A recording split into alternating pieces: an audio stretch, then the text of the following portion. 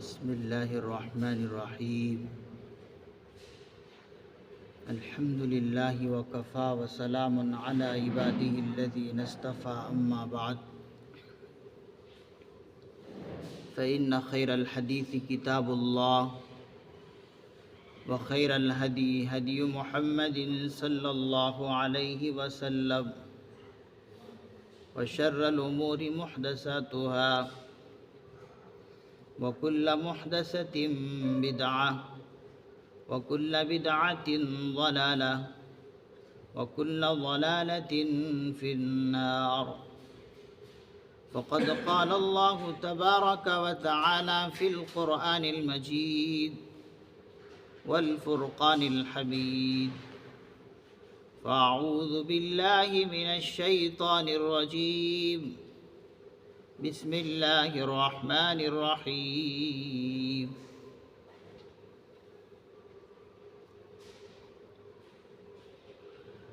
سورة الفاتحة مكية وهي 7 آيات.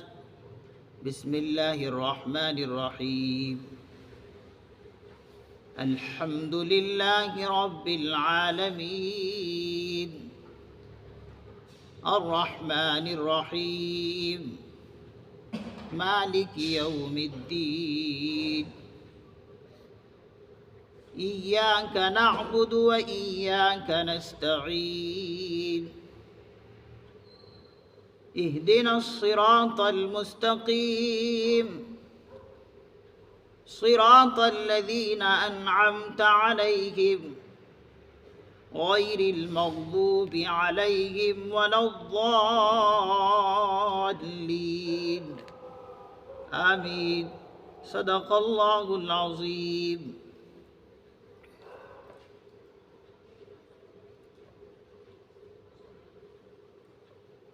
قرآن کریم کی تفسیر کے متعلق 2 دن سے کچھ باتیں آپ حضرات کے سامنے آئی ہیں کہ تفسیر قرآن کس کو کہتے ہیں، اور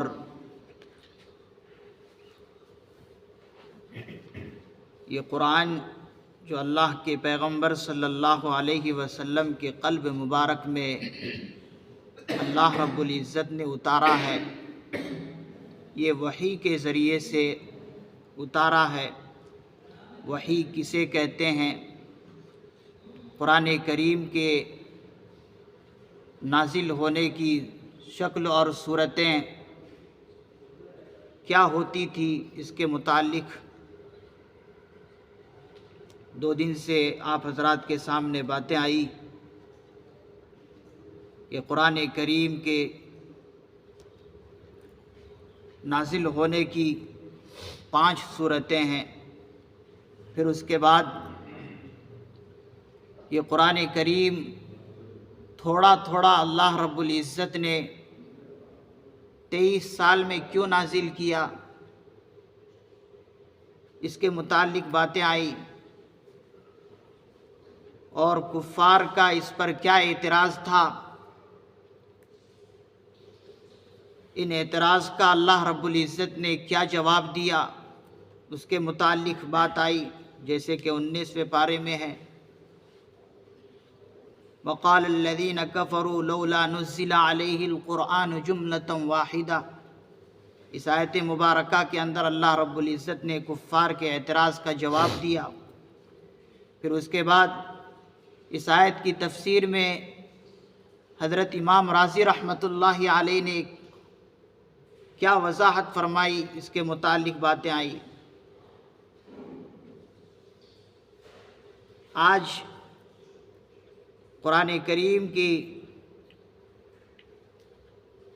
پہلی سورہ کی تفسیر آپ حضرات کے سامنے آ رہی ہے۔ حضرات مفسرین اعظام نے فرمایا، قرآن کریم کی جو پہلی سورہ ہے وہ سورہ فاتحہ ہے۔ اس سورہ فاتحہ کے اندر 7 آیتیں ہیں، اور یہ سورہ فاتحہ مکے میں نازل ہوئی ہے۔ جب کسی صورت کے عنوان میں مکی یا مدنی آئے تو اس کو جاننا ضروری ہے کہ مکی سے کیا مراد ہے، مدنی سے کیا مراد ہے۔ بعض لوگ اس غلط فہمی میں رہتے ہیں کہ اگر کسی صورت کے عنوان میں مکی ہے تو مکی کا یہ مطلب سمجھتے ہیں کہ وہ سورہ مکے شہر میں نازل ہوئی ہے۔ سمجھتے یہ ہیں کہ جب مکی صورت کے ساتھ لگی ہے تو کیا سمجھتے ہیں کہ یہ سورہ جو نازل ہوئی ہے یہ شہر مکہ میں نازل ہوئی ہے۔ اسی طریقے سے اگر کسی صورت کے ساتھ مدنی لکھا ہوا ہے تو وہ سمجھتے ہیں کہ یہ سورہ مدینہ منورہ میں نازل ہوئی ہے، جبکہ اس کا یہ مطلب نہیں ہے، یہ غلط مطلب ہے۔ صحیح مطلب کیا ہے کہ اگر سورہ فاتحہ کے ساتھ، جیسے کہ مکے میں نازل ہوئی یہ سورہ فاتحہ، تو جہاں پر لکھا ہوتا ہے کہ یہ سورہ مکی ہے تو اس کا مطلب صحیح یہ ہے، حضرات مفسرین اعظام نے فرمایا کہ اس کا صحیح مطلب یہ ہے کہ اللہ کے پیغمبر صلی اللہ علیہ وسلم کی مدینے کی طرف ہجرت کرنے سے پہلے یہ سورہ نازل ہوئی ہے۔ مکی کا مطلب کیا ہے کہ حضور علیہ الصلاۃ والسلام ابھی مدینہ منورہ کی طرف ہجرت نہیں کیے ہیں، ہجرت سے پہلے جتنی سورہ نازل ہوئی ہے وہ سب کے سب مکی کہلاتی ہیں۔ اب چاہے وہ سورہ شہر مکہ کے اندر نازل ہو رہی ہو یا کسی دور دراز سفر میں آپ علیہ الصلاۃ والسلام ہوں وہاں پر نازل ہو رہی ہوں، تب بھی وہ سورہ کیا کہلائے گی؟ وہ مکی سورہ کہلائے گی، اس لیے کہ ابھی مدینے کی طرف آپ ہجرت نہیں کیے ہیں۔ چاہے اب شہر مکہ سے کوسوں دور وہ سورہ نازل ہو رہی ہو، اس سورہ کو تب بھی کیا کہیں گے کہ وہ مکی سورہ ہے۔ اور جب آقا علیہ الصلاۃ والسلام مدینہ منورہ کی طرف ہجرت کر جائیں اور ہجرت کے بعد جتنی سورہ نازل ہو تو وہ تمام کی تمام سورہ مدنی کہلائیں گی۔ اب مدینہ منورہ کی طرف ہجرت کرنے کے بعد آقا علیہ الصلاۃ والسلام سینکڑوں میل دور دراز کے سفر کیے ہیں، وہاں پر بھی سورہ اتری ہے، تو تب بھی کیا کہیں گے کہ وہ سورہ مدنی ہے، چاہے آقا پر کہیں پر بھی وہ نازل ہونے والی ہو، لیکن ہجرت آپ کر چکے ہیں تو وہ سورہ مدنی کہلائیں گے۔ تو صحیح مطلب یہ ہے، لیکن لوگوں نے اس مفہوم کو غلط سمجھ لیا کہ اگر مکے شہر میں نازل ہوئی تو اس کو مکی کہتے ہیں، اور اگر مدینے میں نازل ہوئی تو مدنی کہلاتے ہیں، جو کہ غلط ہے۔ حضرات مفسرین اعظام نے فرمایا کہ یہ سورہ فاتحہ ہے، اور اس سورہ کو یہ خصوصیت حاصل ہے کہ جس طریقے سے قرآن کریم کے سب سے آغاز میں یہ سورہ ہے، سورہ فاتحہ، اس کو یہ خصوصیت حاصل ہے، اسی طریقے سے اس سورہ فاتحہ کو یہ بھی خصوصیت حاصل ہے کہ یہ مکمل طور پر سب سے پہلی نازل ہونے والی سورہ ہے۔ مکمل طور پر، کامل طور پر پوری کی پوری سورت جو نازل ہوئی ہے پہلی یہ سورہ فاتحہ، اسی لیے اس کو قرآن کریم کے آغاز میں رکھا جاتا ہے۔ اگرچہ اس سورہ سے پہلے بہت ساری آیتیں نازل ہوئی ہیں، جیسے سورہ الگ کی جو آیتیں ہیں اس سورہ سے پہلے نازل ہونے والی آیتیں، لیکن مکمل طور پر سورہ الگ کی آیتیں نازل نہیں ہوئی ہیں۔ مکمل طور پر جو سب سے پہلی سورہ نازل ہوئی ہے یہ سورہ فاتحہ، اور آیتیں اس سے پہلے نازل ہوئی ہے سورہ الگ کی آیتیں جو سب سے پہلی وحی کہلاتی ہے، جو غار حرا میں نازل ہوئی ہے وہ سب سے پہلی وحی سورہ الگ کی 5 آیتیں ہیں، اقرأ بسم ربک الذی خلق۔ تو اس سورہ کو یہ فضیلت حاصل ہے کہ یہ پہلی نازل بھی ہوئی ہے اور قرآن کریم کے آغاز میں اس کو رکھا بھی گیا ہے۔ اس سورہ کا مشہور و معروف نام جو ہے سورہ فاتحہ ہے، لیکن حضرات مفسرین اعظام نے فرمایا کہ اس سورہ کے بہت سارے نام ہیں، جیسے کہ 10 نام اس سورہ کے گنائے گئے ہیں۔ اس سورہ کے 10 نام گنائے گئے ہیں۔ معارف القرآن میں بھی وہ نام ہیں، تفسیر ابن کثیر میں بھی یہ سب نام ہیں، تفسیر مظہری میں بھی یہ سب نام ہیں، اسی طریقے سے اور بھی بہت ساری تفاسیر میں اس کے بہت سارے نام ہیں۔ تو ایک مشہور و معروف نام سورہ فاتحہ ہے، اور قرآن کریم کا آغاز اسی سورہ سے ہوتا ہے، اس لیے اس کا نام سورہ فاتحہ ہے۔ اسی طریقے سے اس سورہ کا دوسرا نام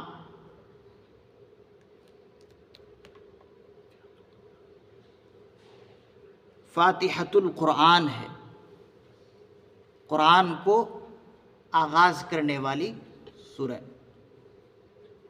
اسی طریقے سے اس کا ایک دوسرا نام فاتحۃ الکتاب ہے، اس کتاب کو آغاز کرنے والی یہ سورہ ہے فاتحۃ الکتاب۔ اسی طریقے سے اس کا ایک دوسرا نام ام الکتاب ہے کہ تمام کتاب کا خلاصہ، اسی لیے اس کا نام ام الکتاب ہے۔ اسی طریقے سے اس کا ایک نام ہے سورۃ الخزینہ، سورۃ الخزینہ بھی اس کا ایک نام ہے کہ اللہ کے خزانوں میں سے ایک خزانہ ہے، جیسے کہ حدیث پاک میں بھی ہے کہ عرش کے خزانے سے یہ خزانہ اللہ رب العزت نے اپنے لاڈلے پیغمبر صلی اللہ علیہ وسلم کے قلب مبارک میں اتارا ہے۔ تو اس کا ایک نام ہے سورۃ الخزینہ۔ اسی طریقے سے اس کا ایک نام ہے سورۃ الشفا، سورۃ الشفا بھی اس کا نام ہے، اس لیے کہ تمام کی تمام بیماریوں کے لیے یہ سورہ شفا ہے۔ کچھ بھی ہو آپ اس سورہ کو 7 مرتبہ پڑھ کر دم کر دیں، اللہ کی ذات سے امید ہے اس کی بیماری دور ہو جائے گی۔ تو اس کا نام ایک سورۃ الشفا ہے۔ اسی طریقے سے اس کو سورہ شافیہ بھی بولتے ہیں۔ تو بہت ساری نامیں ہیں، 10 نام اس سورہ کے حضرات مفسرین اعظام نے گنائے ہیں۔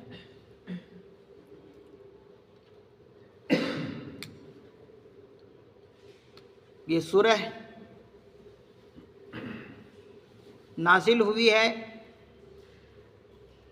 اس میں اللہ رب العزت نے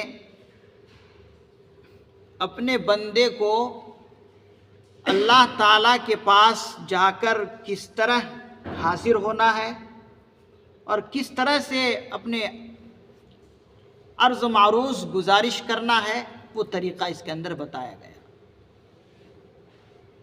اللہ کے سامنے آپ جائیں، اللہ سے آپ کس طرح سے مانگیں، کیا طریقہ ہونا چاہیے، وہ طریقہ اس سورہ کے اندر بتایا گیا۔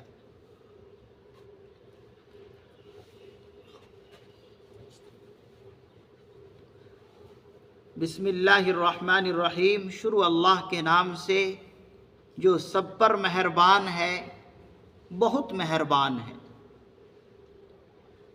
یہاں پر الرحمن کا جو معنی لیا گیا ہے، اس کا معنی ہے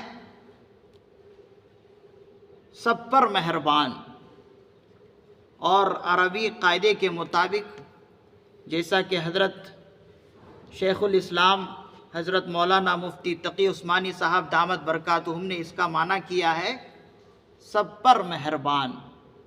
عربی کے قاعدے کے مطابق حضرت فرماتے ہیں کہ اس کا معنی ہے بہت وسیع اور عریض اللہ کی رحمت ہے، ایسی رحمت کہ وہ اللہ کی رحمت سب تک پہنچے، ایسی رحمت اللہ کی کہ وہ سب تک پہنچے، تمام تک پہنچے، اور اللہ کی رحمت تمام تک پہنچتی ہے، چاہے وہ کافر ہو چاہے وہ مومن ہو، ہر ایک تک اللہ کی رحمت پہنچتی ہے، جس کی وجہ سے ہر کوئی اللہ کے رزق سے فیض یاب ہو رہے ہیں۔ اسی لیے اس کا معنی ہے سب پر مہربان، اور الرحیم بہت مہربان، یعنی وہ ذات جو اپنے اندر بہت زیادہ رحم رکھتے ہوں، یعنی بہت زیادہ رحم کرنے والا۔ تو اللہ رب العزت سب سے زیادہ رحم کرنے والے ہیں، اسی لیے اس کا معنی ہے الرحیم کا بہت زیادہ مہربان۔ تو اسی لیے اس کا ترجمہ کیا ہے شروع اللہ کے نام سے جو سب پر مہربان ہے، الرحیم بہت مہربان ہے۔ الحمدللہ رب العالمین، تمام تعریفیں اللہ ہی کے لیے ہے جو تمام جہانوں کا پروردگار ہے۔ الرحمن الرحیم، جو سب پر مہربان ہے، بہت مہربان ہے۔ مالک یوم الدین، جو روز جزا کا مالک ہے۔ یہاں تک اللہ رب العزت نے اپنی تعریف بیان کی ہے کہ اللہ کی تعریف کس طرح سے کی جائے گی۔ تمام تعریفیں اللہ ہی کے لیے ہیں، اللہ ہی کو سزاوار ہے۔ حضرات مفسرین نظام فرماتے ہیں کہ کوئی انسان کسی عمارت کی تعریف کرے، کوئی عمارت ہے، خوبصورت عمارت دکھ رہی ہے، اب کوئی انسان اس کی تعریف کرے، تو جب کسی عمارت کی تعریف کی جاتی ہے، گویا کہ یہ بنانے والے کی گویا کہ انسان تعریف کر رہا ہے کہ انسان نے کیا بنایا ماشاءاللہ۔ تو اگر کسی نے عمارت کی تعریف کی تو گویا کہ وہ بنانے والے کی تعریف کر رہا ہے کہ بہت اچھا بنایا اس نے۔ اب حضرات مفسرین نظام فرماتے ہیں کہ دنیا کے اندر کوئی انسان کسی بھی چیز کی تعریف کرے اور کوئی بھی چیز قابل تعریف ہو تو گویا کہ وہ اللہ رب العزت کی تعریف کر رہا ہے، اس لیے کہ ساری کی ساری چیزیں کس کی بنائی ہوئی ہے؟ اللہ رب العزت کی بنائی ہوئی ہے۔ تمام جہانوں کے پروردگار کے لیے ساری کی ساری تعریف ہے۔ اب چاہے وہ انسانوں کا جہان ہو اور اسی طریقے سے فرشتوں کے جہان ہو، سورج اور ستارے اور سیاروں کا جہان ہو، اسی طریقے سے فرشتوں کے جہان ہو، چاہے وہ نباتات کے ہوں چاہے وہ جمادات کے ہوں، تمام کے تمام کے جہانوں کے پروردگار کون ہے؟ وہ اللہ رب العزت ہے۔ تو ساری کی ساری تعریفیں اسی اللہ کے لیے ہیں۔ الرحمن الرحیم کی تفسیر بسم اللہ الرحمن الرحیم کے اندر ہو گئی۔ مالک یوم الدین، روز جزا کا وہ مالک ہے۔ یہاں پر اللہ رب العزت نے خصوصی طور پر روز جزا کے مالک کا ذکر کیوں کیا؟ حضرات مفسرین نظام فرماتے ہیں کہ ایسے تو اللہ رب العزت دنیا کے ہر چیز کے مالک ہیں، حقیقی طور پر مالک تو اللہ ہی ہے دنیا کی، لیکن بہت ساری چیزیں ایسی ہے کہ اللہ رب العزت نے انسان کو عارضی طور پر انسان کو مالک بنایا ہے. تو انسان کی جو ملکیت ہے اس میں یہ ناقص ہے، عارضی ہے، لیکن ایک دن آئے گا کہ یہ جو انسان کو یہ معلوم ہو رہا ہے کہ یہ دنیا کی چیزوں کا مالک میں ہوں، جبکہ حقیقی طور پر اللہ رب العزت مالک ہیں دنیا کی چیزوں کا بھی اور یوم جزا کا بھی. ایک دن ایسا آئے گا کہ تمام انسانوں کو اپنے اعمال کا بدلہ دیا جائے گا. اس وقت انسان کو معلوم ہو جائے گا کہ اللہ رب العزت جس طریقے سے روز جزا کا مالک ہے، اسی طریقے سے دنیا کی ہر چیز کے بھی حقیقی مالک اللہ تعالیٰ ہی تھے. تو اسی لیے اللہ رب العزت نے یوم جزا کے دن کو خصوصی طور پر ذکر فرمایا. آگے اللہ رب العزت سے بندہ کس طرح مانگے، کیا طریقہ ہو، اس کو ذکر کیا. ایاک نعبد و ایاک نستعین،